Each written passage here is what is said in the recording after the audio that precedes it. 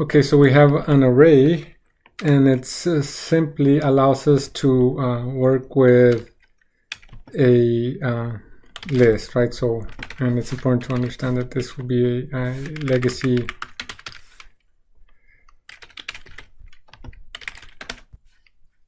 list. So we've been working with simple data types. So we create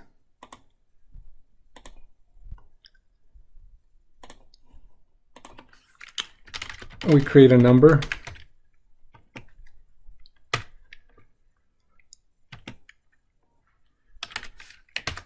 and then by now we know that it takes a 4-byte region on the stack because numbers are 4 bytes.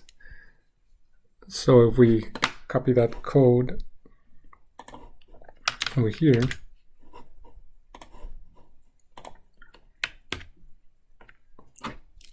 then we have the number 5 here, some address, and then this is the stack. An array can be created on the heap or on the stack, just like integers. They can be created on the stack or on the heap. Integers, simple data types, right? So usually simple data types, we create them on the stack because they don't take up a lot of resources, right? So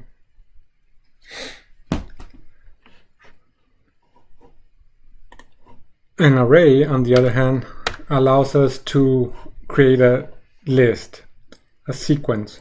For example, we want to create a sequence or a list of numbers, then we do this. And let me move this example to a function. So we'll name it stack array. We'll go to the CPP and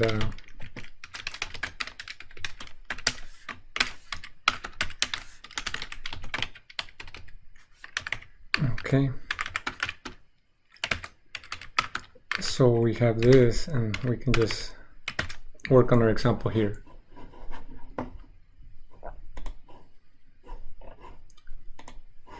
Okay, how does this look in memory?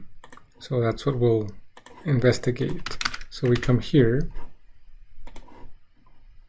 and we have that statement.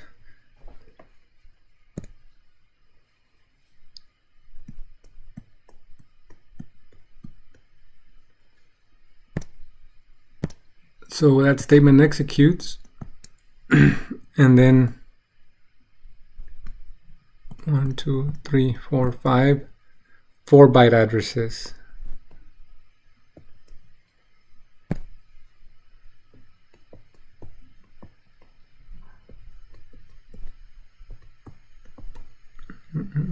Yeah. And what values are here? So we don't know. What we learned from simple data types, if we do not declare, if we do not assign a declared variable, then whatever's there when we declare it at that address, and that's what the value is. So let's investigate that. Well, we come back to the example and we will iterate through the array. So we say 0 I less than size and plus plus I.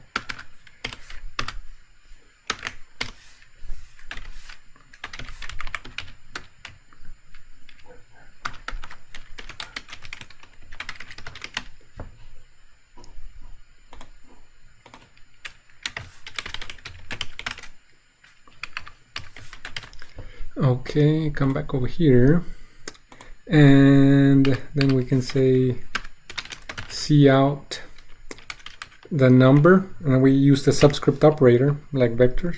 So add I, new line character, and then we can execute this example. Configure all projects.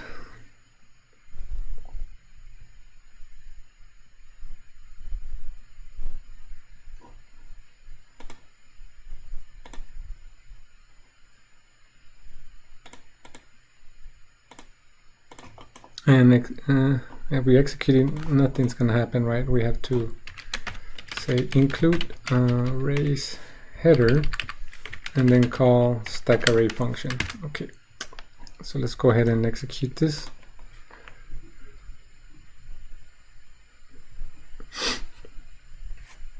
Oh, the test. My thinking here. Okay, sorry. Not 9, but 10.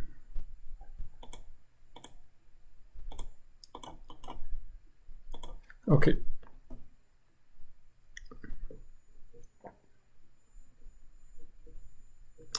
Okay, so just like simple data types, we know that the same thing happens here. So we can declare the array, meaning give me some memory.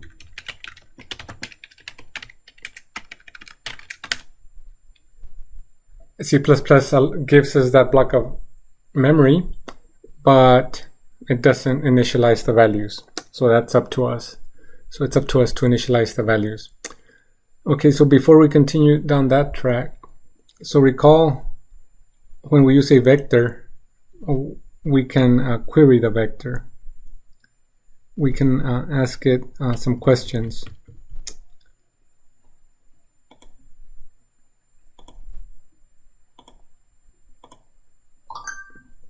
So if we have a vector that has functions we can call to query it, like capacity, clear the elements,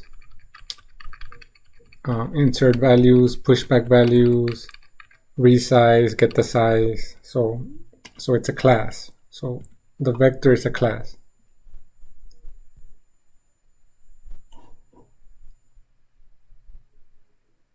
Is anyone else having issues watching the screen share or hearing me? Yeah, so Aaron, it'll probably be on your end. Lecture's been recorded. I'll upload it. So what about the array? So if we do numbers dot, notice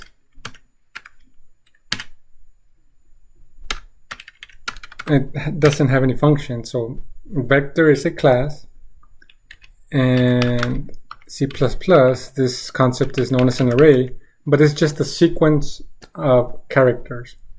A vector, we can query for its size. We can say the vector name dot size, and then it returns the size. Notice here we have to track the size in a different variable. So the array doesn't know its size, so we have to keep track of it. I mean, the vector really doesn't know its size. We just have everything in a class, and then we have functions to query the size, right? But the way we are using this array here in a function, we have to keep track of the size ourselves. So that's a big difference, right? So this is a legacy list for C++, and the vector has been along for decades too, but the vector is a class. Okay, so we can, so the legacy way of initializing values was simply to loop and then initialize, and usually for numbers the value is 0. So meaning we get the block of numbers and then 0, because 0 is usually doesn't cause issues, right? Like if we have like some value and we think it's a valid value, then we know that we may get in trouble, right? So declare, initialize, and then use. Okay, so run. So if we don't initialize, this happens. Once we initialize all to 0, then it's to 0, and at least we're in control of the data.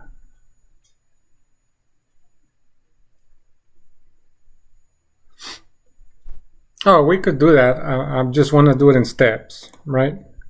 Because usually in programs back then, like, you would have to initialize them, and you may run into code that looks like this if you work at a C++ shop. Because, I mean, you don't initialize it and then use it right away. I mean, usually that wouldn't happen. So usually there's some processing that goes on, and then some values are stored into the array. Here is just declare, initialize, and then use, but use I'm just displaying.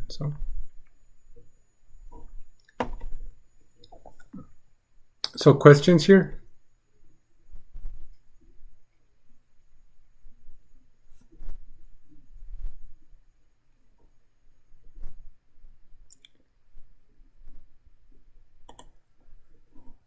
So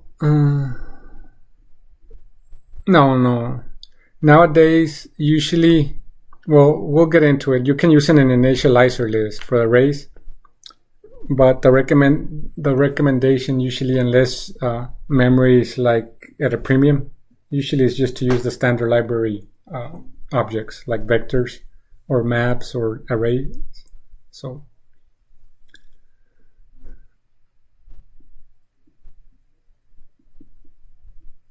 okay, yep. So here, 1, 2, 3, 4, 5. An integer is 4 bytes, so we get 20 bytes of continuous memory where data is stored, and binary. Okay. If we use characters, then we know that a character is 1 byte. So then we will get 5 bytes, right? So because each we will get 1 byte continuous memory blocks, but of 1 byte. So 5 times 1, 5. If we use double, then double is 8 bytes. So we will get 5 times 8. So we'll get 40 bytes of memory. And we'll talk about string in a little bit. Yeah, so the memory requirements, you can see them on the book, and thankfully they only list character, a number short, which is a lot smaller than an integer, and then float and double. And character is 1 byte, short is 2 bytes, integer is 4 bytes, a float is 4 bytes. So that's why the recommended decimal value to use in C++ is double, because it gives better precision. So that's 8 bytes. So we looped through the array, and then we are using the subscript operator to access elements in the array. We loop because it's easier, but that's the same as saying, like, if we use a literal number like 0 or the number 1 to get the 0 element or the element at the first index, and if we come back over here, then usually this is 0 index, 1, 2, 3, 4.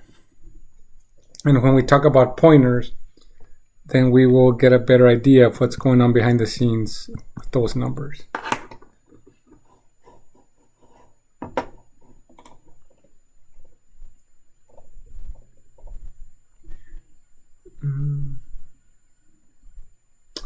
Okay, so we also, in the same example, we accessed an element and we changed the value. And when you use the subscript operator, you're changing the original value. Okay, so if we use this syntax right here, then we are getting this address, meaning the original location. So if we change it, we change the array value.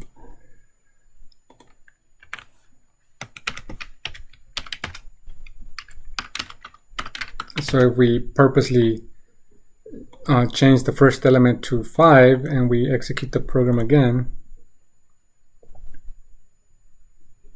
then the element at the 0 index, or the first element, is changed to 5, right? So this shows us that using the subscript operator, we are actually using a reference, right? So we're accessing it by reference.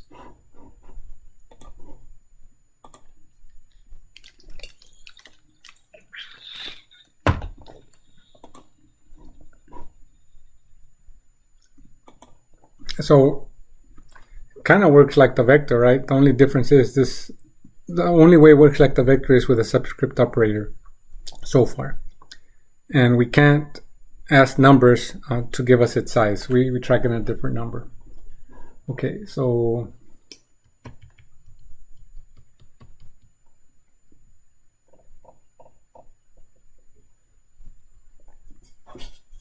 and this is very elementary, but we will still do it. So we can also, just like with vectors, we can use the capture character input.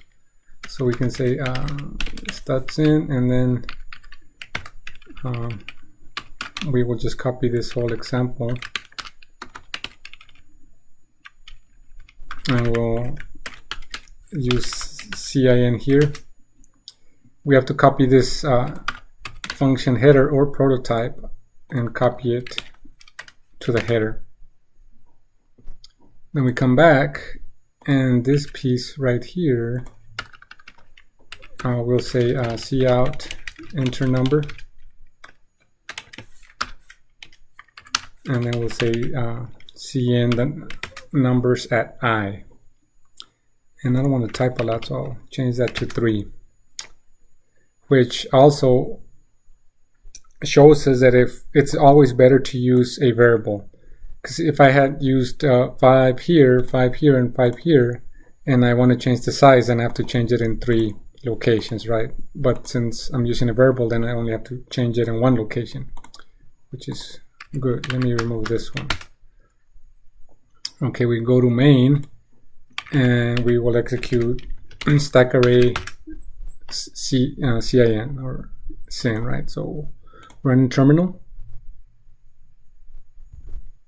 and it's asking me for a number 10, 5, 15, and then it saves it into the array, and then it echoes it out to us, so 10, 5, and 15.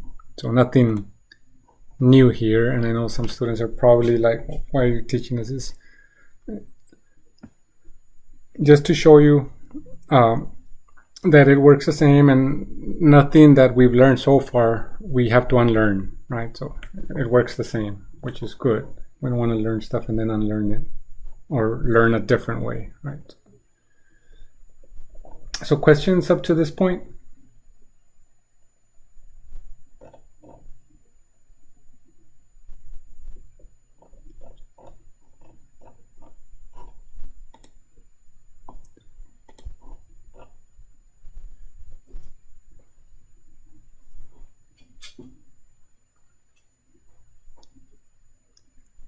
No questions, okay. So the size helps us keep track of the size of the length of the element, and then we started at 0 because, well, that's what we're taught, that it starts at 0 up to length minus 1. So 0, 1, 2, right? Length minus 1. So that means that we always have to be careful that we are writing code that accesses the array from this address up to this address. What if we try to, or what if we put a -1? Like, what happens? Or what if we put like the number 5?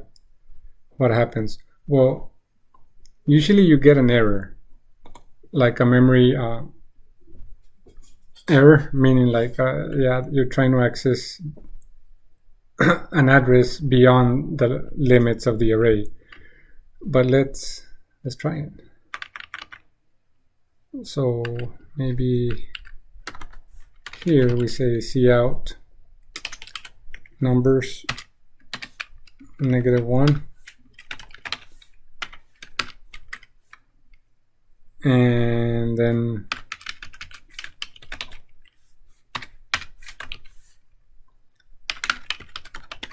purposely we'll say 3, right? Because 3 is beyond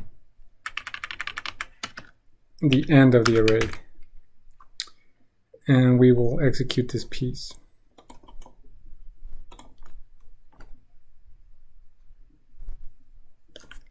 Okay, so 5, 10, 15. So notice that we get unpredictable data, right? So, which is okay. So just usually I think it doesn't return an error on this setup because I don't have the error. I think I have ignore error reporting in the C++ command line parameters.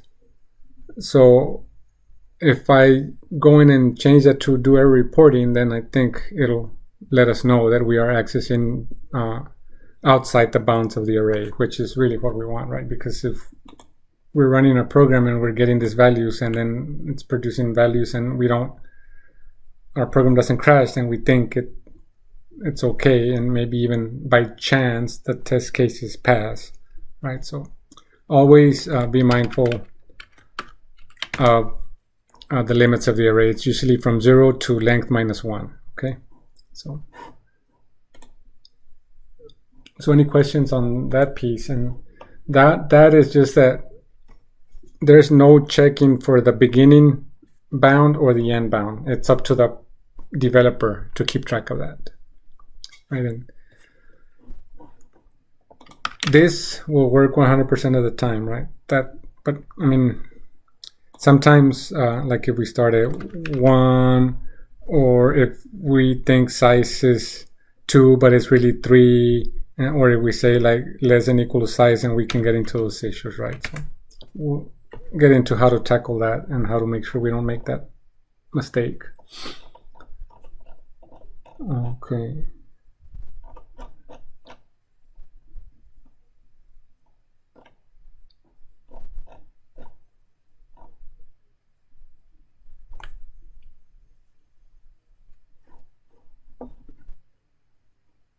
So we come back here and then we will say array months, come back here, write some code here,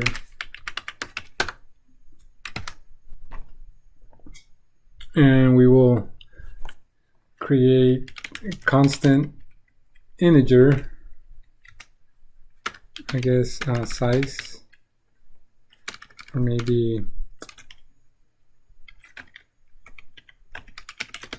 number of months. We'll just go with 3 because I don't want to type all the months of the year. Okay, and first we'll say integer months, number of months, and we can say months of 0. Oops, I didn't mean to do that. January,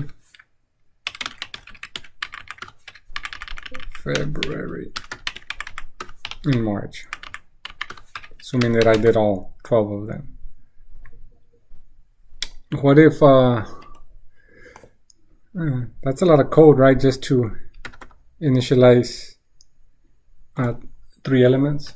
So can we use the initializer list? And well, what is an initializer list, right? So it's using the curly brace and having some elements separated by commas to initialize our array. And the answer is, well, yeah, we should be able to do that. So I mean, what I'm saying is, well, can't we just do this instead of writing all this code? And yes, C++ supports that, which is good, right? And then we can say integer I equals 0, I less than number of months, increment I, and display the month on numerical, right? The numerical value of the month. So this is I. And we come to main and we change this to array months so that it only executes that block of code.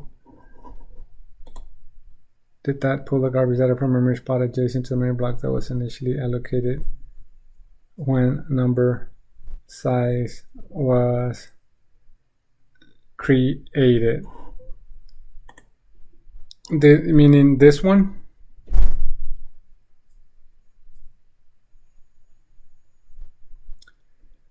Well, that's an interesting question because, well, if it did, then it would display the number 5, right?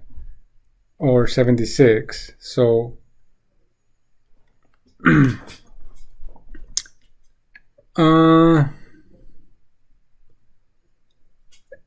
if it would have done this one, it would have done 5. So then I don't know what -1 does, right? Like we would have to ask or look at the C++ code or the assembler code to determine, well, what happens if you send a -1. Like does it get this address or like some random address? But I do know for a fact that if we go beyond that, then it'll at least try to come here because it knows what to do with the 5. Yeah. But -1, I'm not 100% sure what it does with -1.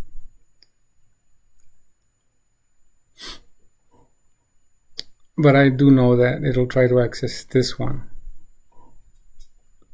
Or maybe we can check, right? We can create another variable here. But I don't think we should concern ourselves with that right now. Like this, if we do it the right way, then we don't have to worry about issues like that. Okay, what was I saying here? Okay, I was going to run this code.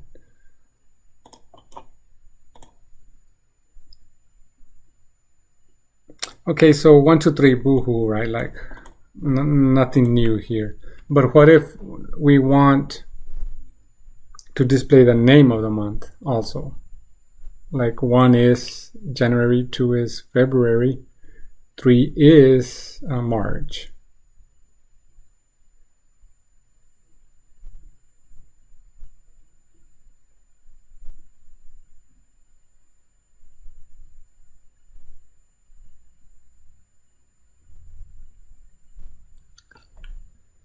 How would we do that?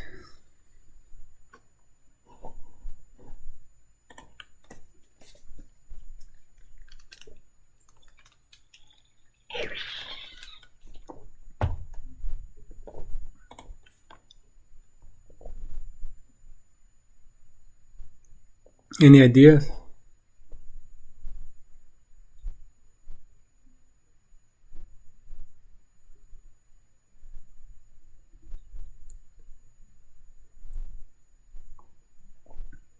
Well, we could go that route, but we haven't talked about two-dimensional arrays, so we're not going to go that route. So we can simply create another array, right? So we just keep it simple, right? Just create another array. So let me come back over here.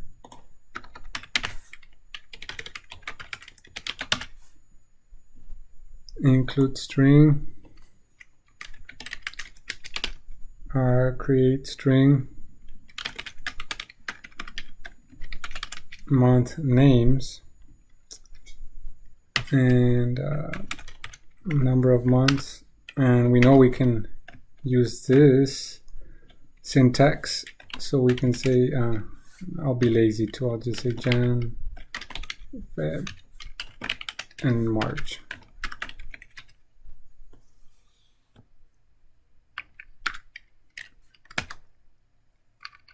And now here we can say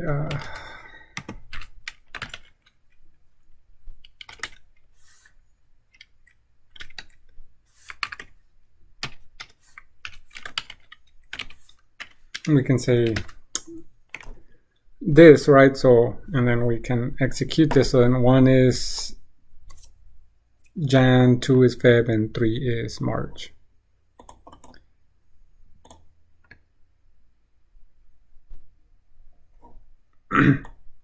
And that concept is parallel arrays. And there was a lot of code back in the early 80s that had code like this, where if there was 3 or 4 or 5 different data types, then they would create 3 or 4 or 5 different arrays, and then they would work with them. I mean, it was usually a list of something, and if here it's easy, right? Because we know that every month has a name.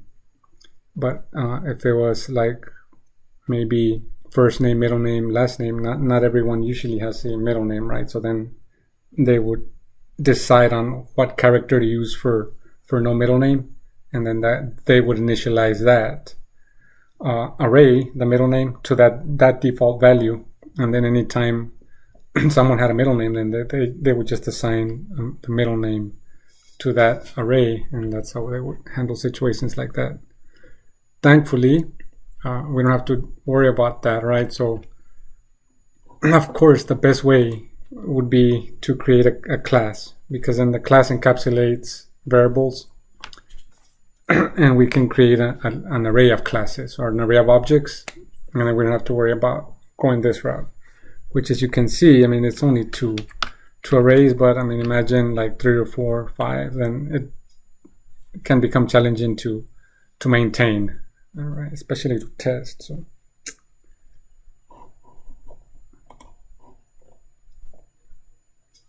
what if we say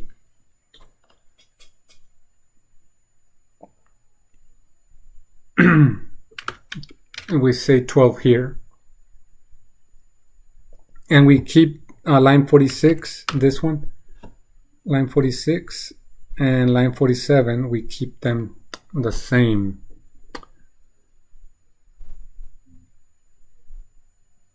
What happens to the values 4 through 12?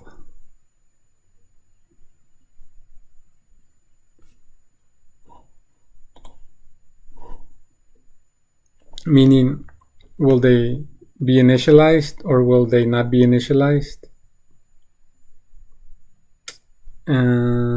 So we have Aaron and then we have Tabitha, right? So initialized to default value, not initialized. So maybe the fact that it's called an initializer list should kind of give us a hint that, oh, maybe they do initialize it to something, right? So let's see, let's run it, and then let's see what happens.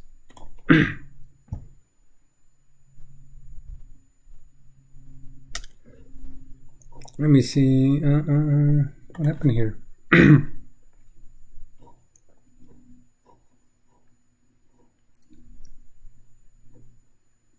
The file, gotten that before, and I've never figured out why that issue comes up.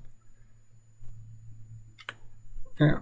Okay, so yeah, so they are initialized.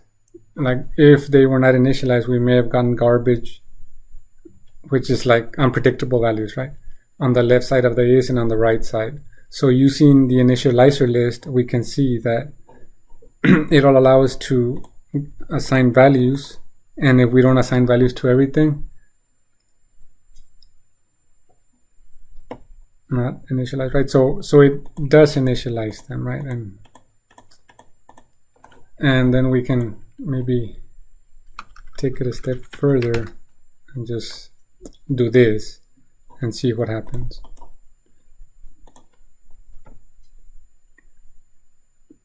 All right, so it initializes, well, we think it initializes into 0, but then, well, maybe we can say, well, let's take this guy off and see what happens.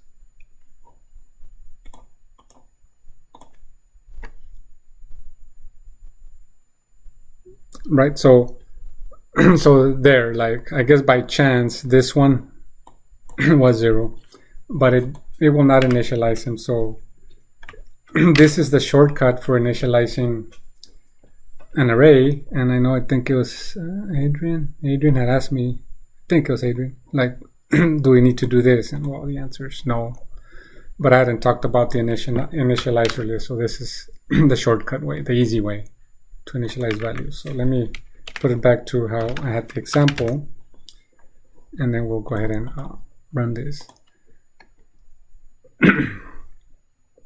Yep.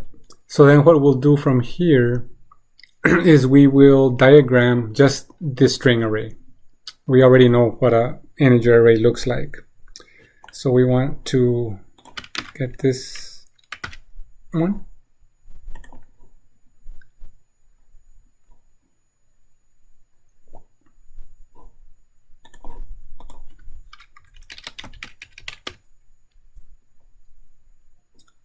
And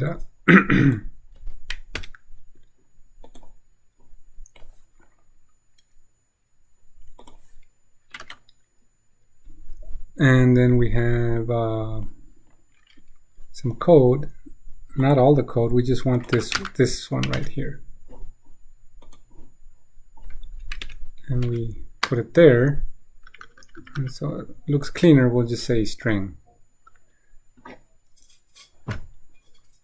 And let's see, what do we have?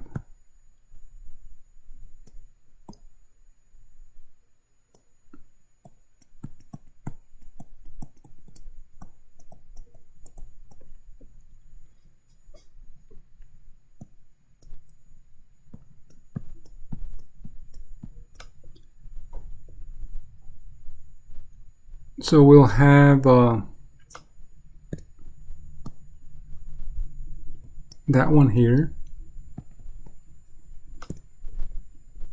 at some address 100, x 100, right? X could be like a very large number. And then we learned that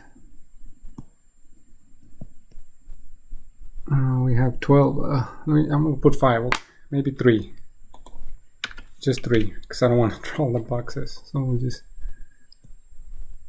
3. 1, 2, 3. And the question is, what goes in those boxes, in those address blocks? What goes here? What goes here? And what goes here?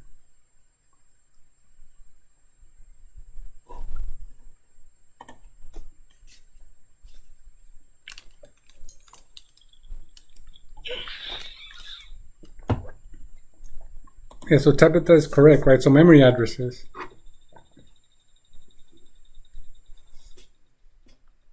You thought correctly, right? So I'm just asking just to see if y'all remember. So yeah, addresses go here. So we will have addresses here. And then meaning we have some data. What addresses? Addresses that point to the heap. So then we have some data here.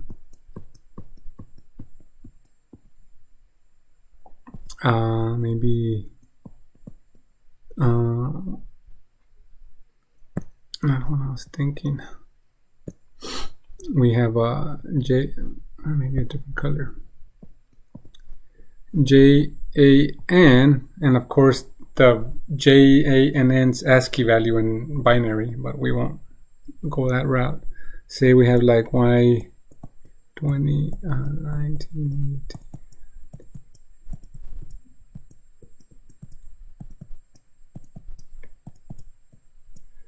And then maybe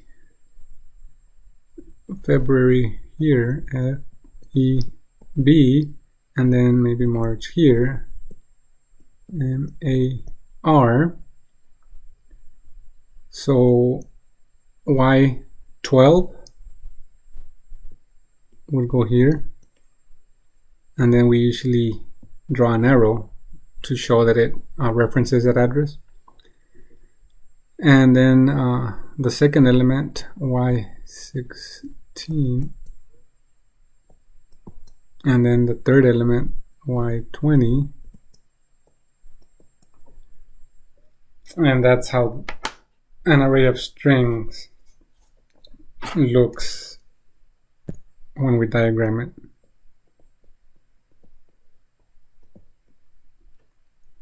Questions?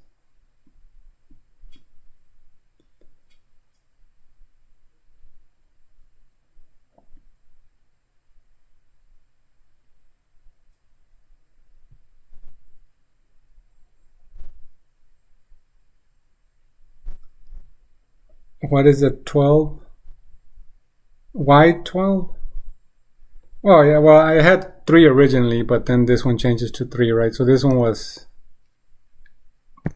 12, but I'm like, no, I don't want to dot 12 boxes, so it's really 3.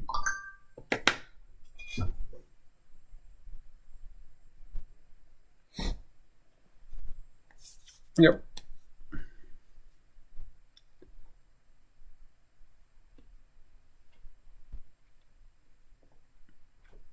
Yeah, so any other questions?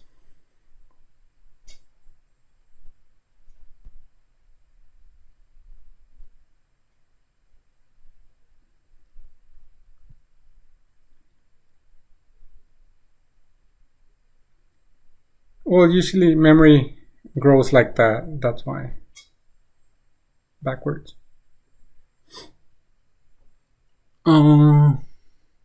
What if we just declare an array of strings?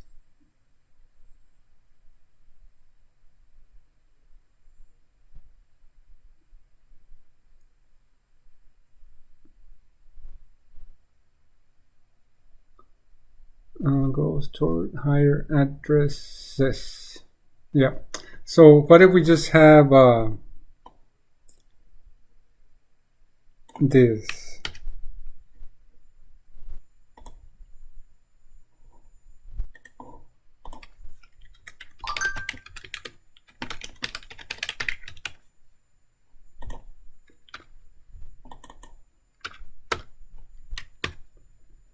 So if we only have that,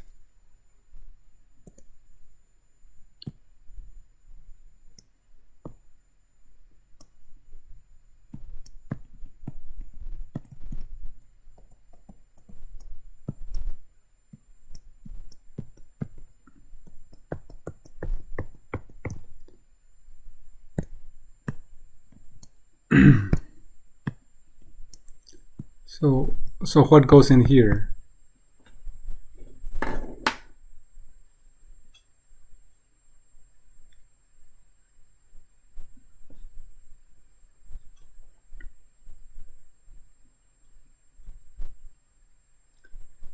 Well, we would lean to think that it would be not initialized, but remember, experts, C++ experts wrote the string class.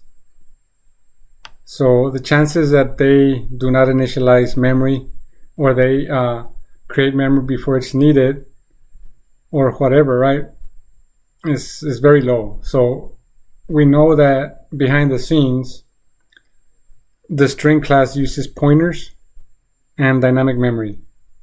And you have learned, hopefully from the tic-tac-toe application that was due last week, that you can say, I want to create dynamic memory, unique pointer of tic-tac-toe, but you don't have to create the memory right then and there. You go on and you ask the user, you want to play 3 or 4, and at that time you create dynamic memory with unique pointer. So the string creates a pointer of characters behind the scenes, a dynamic pointer to a character, but the memory is not created because we've just created 3 strings without any data. So remember the null pointer, null, and 0. So null pointer, null, and R0. So then we can say that those point to nothing, like they point to 0 to nothing. C++ knows that if it's a pointer's initialized to null pointer, then it points to nothing or 0. So that's what would happen.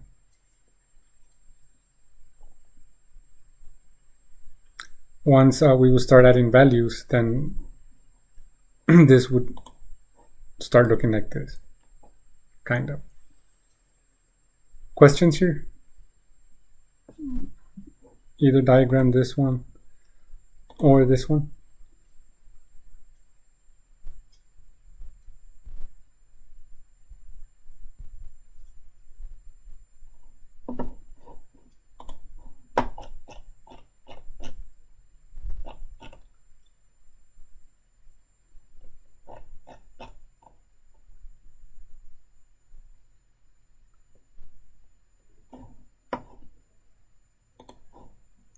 No questions. Okay.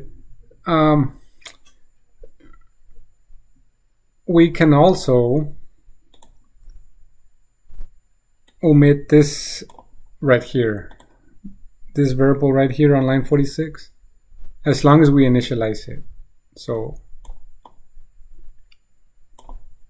if we say an array of integers named months, and we provide the initializer list, then C++ counts the elements, and then it's like, oh, okay, you have an array of 3, right? In this case, like if I run this, my program's gonna access invalid values for the other ones, right? But if I will go in and change this one just to 3 or here to make this example work. And which one's this? Array months, and are we calling array months here? Yep. So we can go ahead and execute this piece. So then the program still runs, meaning C++ will go ahead and count the elements. But we usually want to make sure that anytime we can, we control the code. Then we want to be explicit, because then that helps us in the future, and it helps other programmers in the future, like get into our brain to see what we're thinking, right? Once we start programming in shortcuts, then it's hard for us even to remember 3 months from now what we were doing.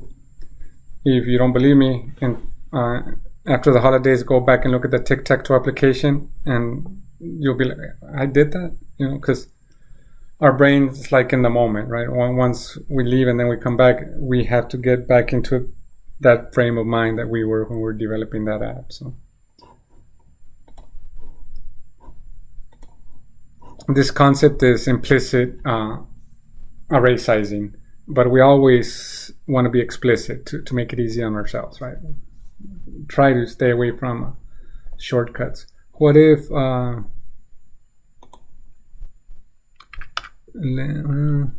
maybe, so we omit this one and this one, and we still have an initializer list, right? But it's empty, and then this one's empty. The code will still run, but then again, it doesn't create the array because, well, we have a 0 length initializer, right? So we want to shy away from syntax like that. So always explicit will help us in the long run. Okay, so no questions yet. Okay, so we come back to, and then we say, let's create another array, and we loop it with the for ranged. So we create an array, and then we use the for ranged loop to iterate it. And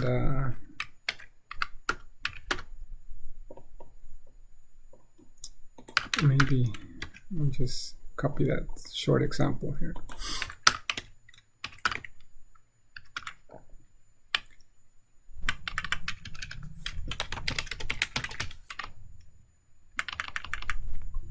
All right, so we initialize them all to 0, and then we can say for, and always auto is our friend, for each number in the numbers array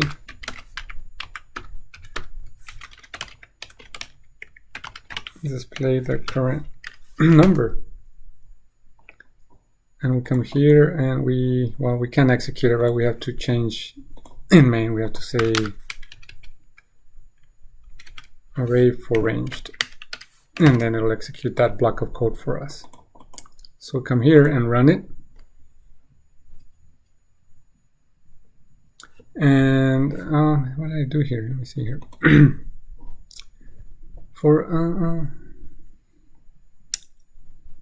const numbers, for numbers. So that should tell us something here. It's display. So I made a mistake, right? This should be number, but I made a mistake, and it's displaying the begin address of the array. So when we get to pointers, we'll see how we can use that to our advantage. Okay, unused variable. Okay, run. So we have 0, 0, 0 because I used the empty initializer list, and that initializes the values to 0 for me, and we can iterate the loop. What's happening here? I know, so auto, if we highlight it, I mean not auto, the number, it's like, oh, you're an integer. But if we loop like this, what is it doing to the number? Two options. Is it accessing it by value or by reference? And just by looking at the code, you should know the answer.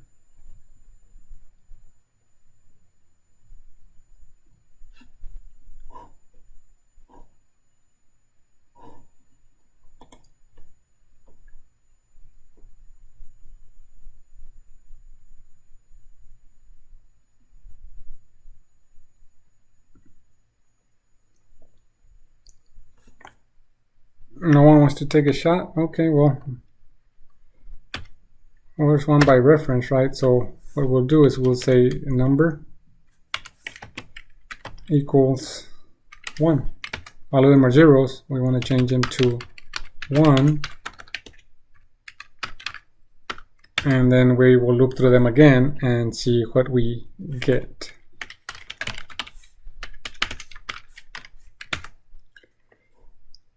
Okay, so run.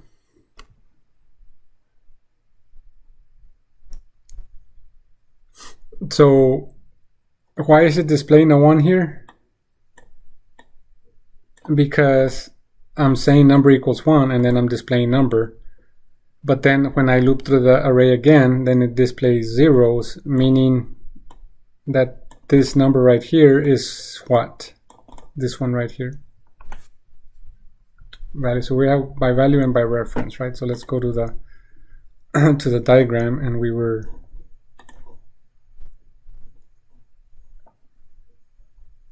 I'm not gonna draw the diagram again. I'll reference one that we've already worked on.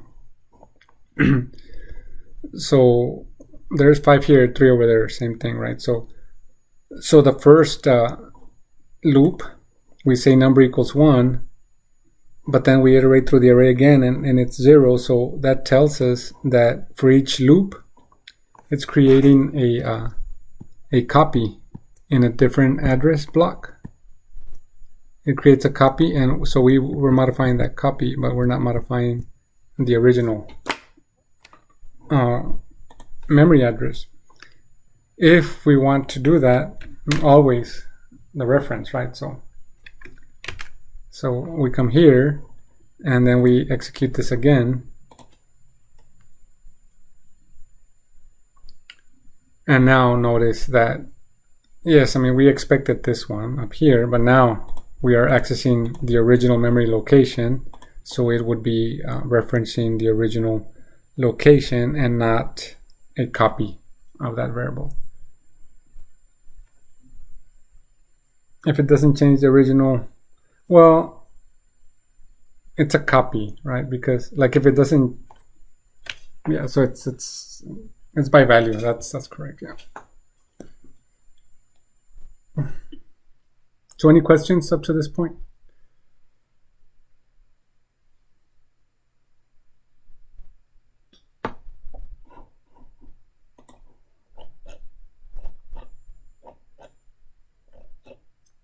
Yeah, we had gone through this, an example like this with strings and vectors, right? Like, not like this, but with copy and by value and by reference. Just a reminder. Also, if, so you know that when, let me go back here first. When we use a subscript operator, we're accessing one element at a time. And even when we are using a for range, each time we loop, we are accessing one element at a time. So if we have a list of numbers and we want to get the total, then we need another number, like a sum number, to add each number to that sum. And likewise, if we want the average, then we would first iterate the list, add all the numbers into that sum variable, and then divide by the size, right? So that's section 8.6 when they're talking about processing array contents. So we've done that with vectors, and the same thing holds true for an array. And I think you did that in Python, right? When get the average, or get the sum, or the sum of squares, or whatever. Iterate, add into a number, and then do something. Okay, so I'm not going to create an example for that one. I think you all should be okay with that one.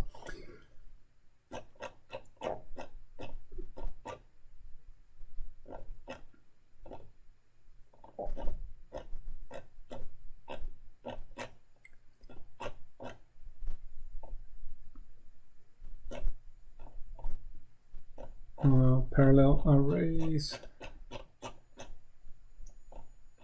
I think I missed a section.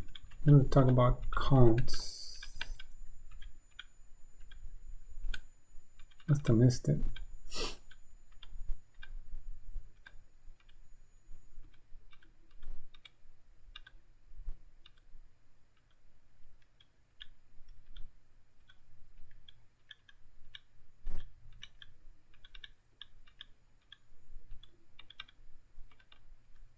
It's hiding from me.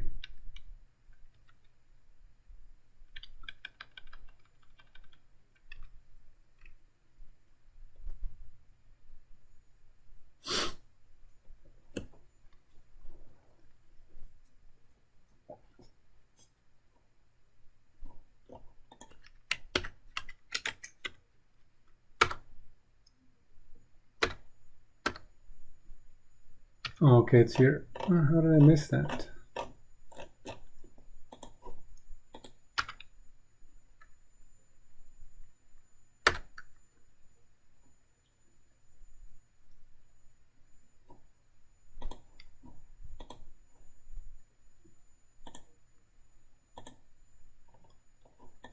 It wasn't that one. Hold on. Let me find that section.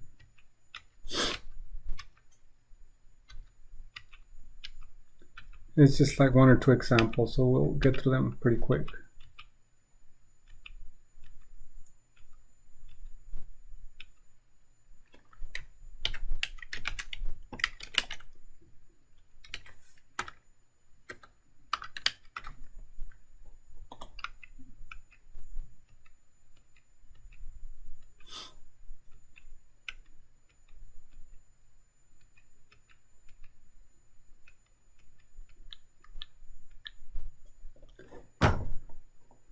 Well, I can't find it, but we say array.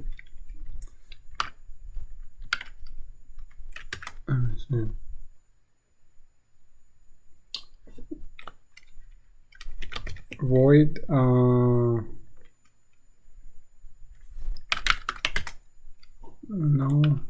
hold on. Partial array, for range loop. Okay, so if we, I was thinking of something else. If we have two arrays,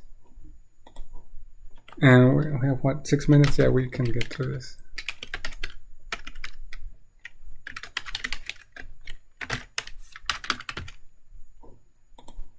We can create two arrays.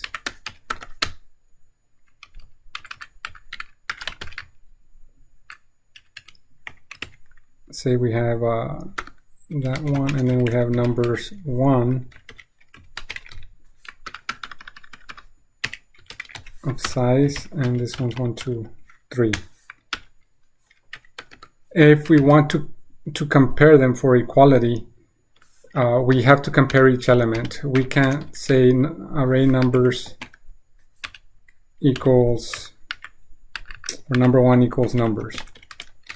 If we do that, it's comparing the address where each array starts, and that's not what we want. We have to iterate. We have to iterate through the array and compare each element.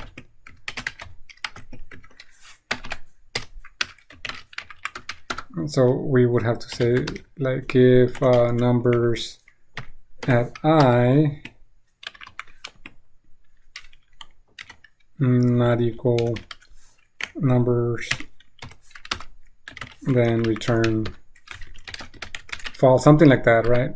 Or set to false, display false, something, right? So point being, we have to loop through it. We can't say numbers is numbers equal to numbers. Well, because the name of the array, if we use it, it's thanks, we want to work with the address, the initial address of that array, and we don't want that. Okay, so that's important.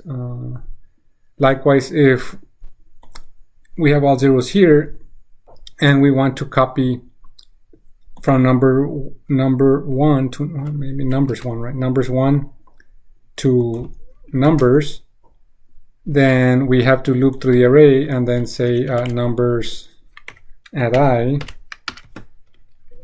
equal numbers one at I. That way we copy one element at a time to the array, meaning they would have to be the same value, the same length, right? And if not, then we have to write some extra code to make sure we don't access invalid regions of memory. Questions on that one? Questions in.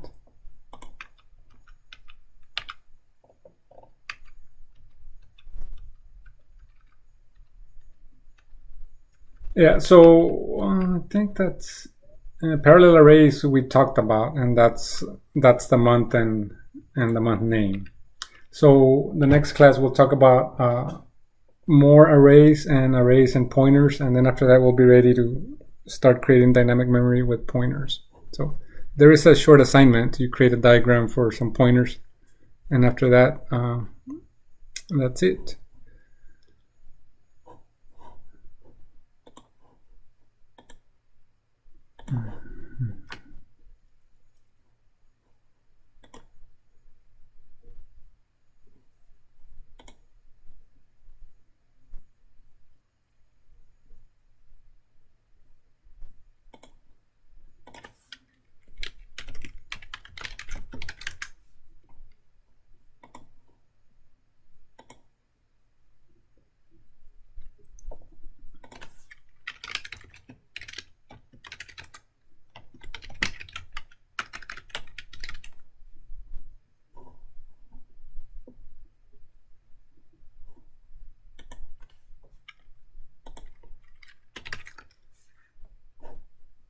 Yeah, and the assignment, if you see the pound sign, it really means ampersand, the address operator num, and semicolon.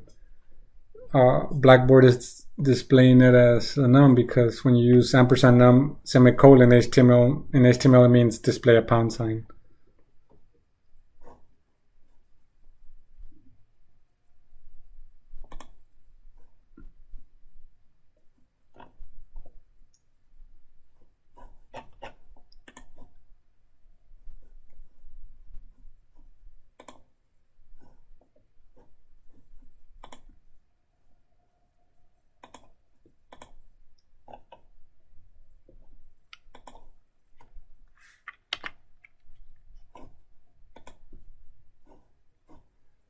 I only did it for one, so that's strange.